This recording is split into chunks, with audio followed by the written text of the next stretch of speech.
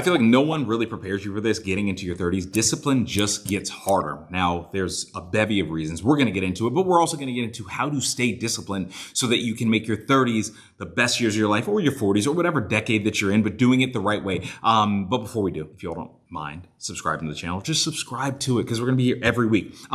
So in your 20s, you have a ton of time and energy, and you might just be like, oh, I don't, even if you're not disciplined, it's all good because your schedule's relatively clear. You can go hang out, you can go out, you can party, you can do whatever. But in your 30s, you are stretched a little bit thinner. Your career might be a little bit more demanding. You might be in a more stable relationship. You might have, more things that you're responsible for, a mortgage, whatever, some things that require more responsibility. And so you have to be more disciplined with your time because you realize that if you aren't disciplined with your time, you aren't disciplined with your thoughts, the content that you're taking, your actions, then that compounding effect has a bigger effect because you have more permanent things in your life that can be impacted. Now, how do we do that? Number one, remove the decision, not just the distraction, right? So if you have food in the house, and let's say you're trying to get lean and you're trying to, just get lean for summer, right? And if you have junk food in the house, that's a distraction that could lead to a decision.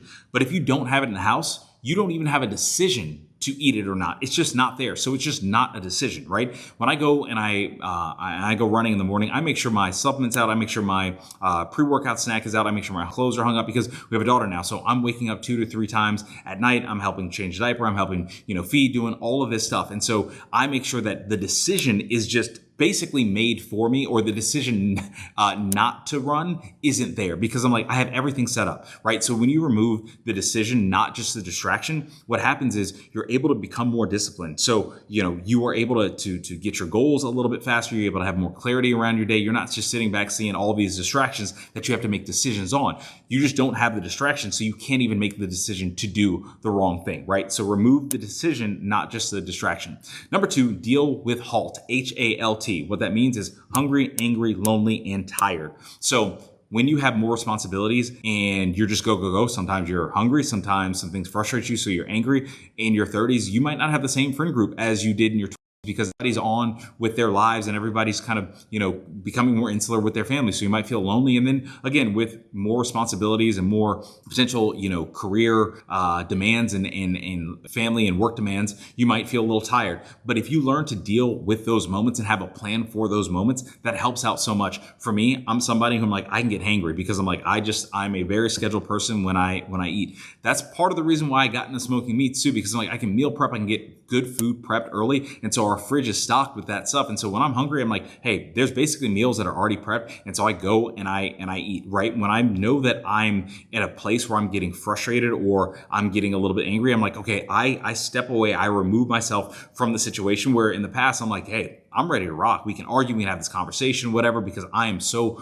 on 10. Now I'm like, okay, here's my plan. If I'm ever getting to that point, nothing should ever get me to that point. Let me take a step back. From a lonely standpoint, figuring out things that you can do that, mitigate that. Maybe it's calling up a friend, going to get coffee. Maybe it's just being around your neighborhood and seeing other people. From a tired standpoint, figuring out a way that you can rest, relax, even when your schedule is busy. If you have time to sit and scroll Netflix, you have time to sit and rest and relax. So let's just keep it a buck about all of that. Number 3, stop obsessing over the outcome. I used to obsess over the outcome of everything. Just full transparency. Back in the day when my Instagram was really popping and everything, when the algorithm was popping, I'd throw up a picture. If it didn't get 100 likes in like 2 minutes, I would take it down. I was like, oh, that's not the outcome that I wanted. I really wanted this thing to go viral, blah, blah, blah, whatever.